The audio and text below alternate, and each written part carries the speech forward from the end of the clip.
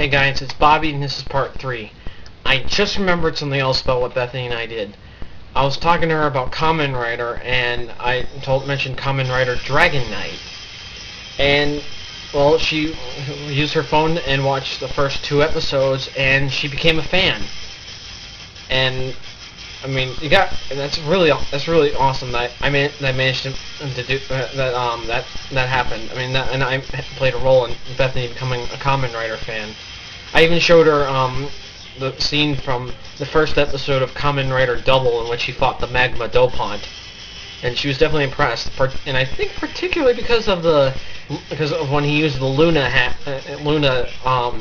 memory and stretched his arms and his right arm and leg to deliver attacks. Even Monkey D. Luffy from One Piece would be a sub. But yeah, I just wanted to mention that part too. Anyway, the first review I'd like to give is my thoughts on Ghosts of India of Doctor Who. In this one, he and Donna meet Gandhi during a time when people are either being abducted by these strange half-made men, hence the ghost thing, or getting mutated by alien energy. And the Doctor and Donna end up revealing when they have an encounter with some alien technology to Gandhi that the Doctor is not of this planet, of this world. And Gandhi's actually quite cool about it. In fact, he and the Doctor and Gandhi end up defeating the villain. I won't say who it is. And saving India and thousands of people. And not to mention an entire galaxy, because this pertains to an alien invasion somewhere else in the universe. And it's a really great Doctor Who book, and I am currently now in the midst of reading Beautiful Chaos, in which the Doctor encounters somebody who we thought was a one-time foe from during his 4th incarnation and while he was traveling with Sarah Jane Smith. And I remember that episode very good, quite well.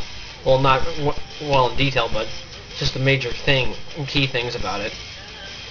But yeah, this is a really good book, and Beautiful Chaos is really good too. It's got a lot of twists so far.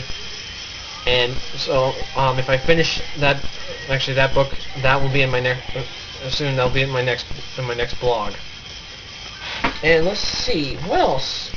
Ooh, there's a new show. That aired on the Sci-Fi Channel recently called Warehouse 13, about 2 Secret Service agents named Pete Latimer and Micah Baring.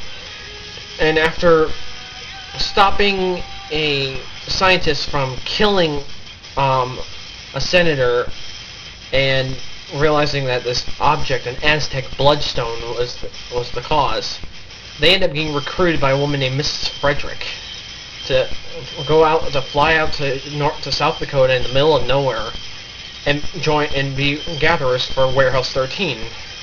And what they do is they go after artifacts such as the guillotine of Marie Antoinette, Jack the Ripper's lantern, the James Braid's chair. He's the father of hypnotherapy. I'm trying to remember what else. Oh, and just a wide array of objects which have very special powers, and they have to expose it into this purple goo in order to sort of negate its powers and make it easy to transport. And if an artifact gets out of hand, they could just douse it with this purple stuff. In fact, the artifacts can actually feed on negative energy. And there are some objects, like the Bloodstone, that are just so dangerous, they have to be kept in something called the Dark Vault.